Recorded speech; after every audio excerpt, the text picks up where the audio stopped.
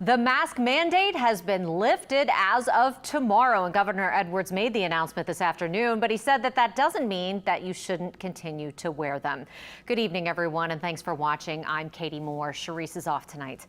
That state-level mask mandate officially ends tomorrow morning with 4 big exceptions: schools, many state government buildings, medical facilities, and on public transit. But in other places, the governor's move will allow local governments to set their own mandates if they want to.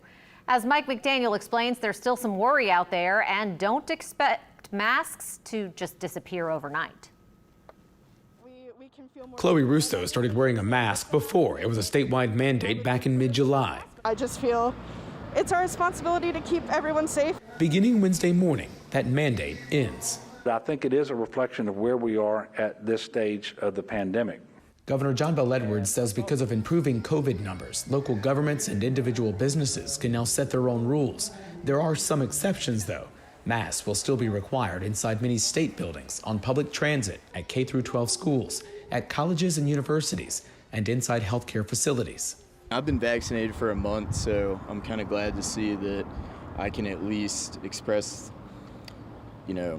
not have the shame of walking around without one anymore. The state's health officer, Dr. Joseph Cantor, says vaccinations play a big role in going maskless, but doesn't want folks to let their guard down. Low risk or lower risk does not mean no risk. And masks aren't just going away. Neither is the worry. I just hope it's not too soon. I hope that, the variants don't take hold. There's always that big question mark. Even with the lifting of the mask mandate, the governor says masks are still recommended, especially if you're in one of those vulnerable categories or unvaccinated. Right now, the governor says only about 26% of the state is fully vaccinated. We're going to have to continue to work hard to increase those numbers. But it is a good start. As masks begin to come off, Russo says personal responsibility should stay on. I think if you want to participate in the mask mandate being lifted, you have the responsibility to go and get vaccinated. Mike McDaniel, Eyewitness News. So far, we've heard from 4 area parishes dropping their mask mandate: Jefferson Parish, St. Tammany, St. Bernard, and St. John. Louisiana now joins a lot of states in dropping the mask mandate statewide. Much of the southern states and parts of the Midwest have lifted their mask mandate. It is worth noting, like Louisiana, there are a lot of states that are allowing cities or counties to make the decision on whether people have to wear masks in their area. And this afternoon, the CDC released new mask guidelines. If you're fully vaccinated, meaning it's been 2 weeks since your second dose of the vaccine, you do not need to wear a mask if you're on a walk or run or biking outdoors.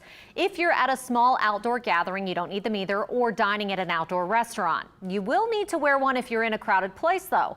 If you are not vaccinated, the CDC says you should still wear a mask in many places, including outdoor gatherings with other unvaccinated people present. You should also have to wear one dining outdoors and, of course, in crowded places. As for what you can do indoors, the CDC says fully vaccinated people can do just about anything safely indoors as long as they wear a mask. Things like getting your hair cut, riding public transportation, going to the movies, or even attending an exercise class. For unvaccinated people, everything carries a higher risk, even with a mask.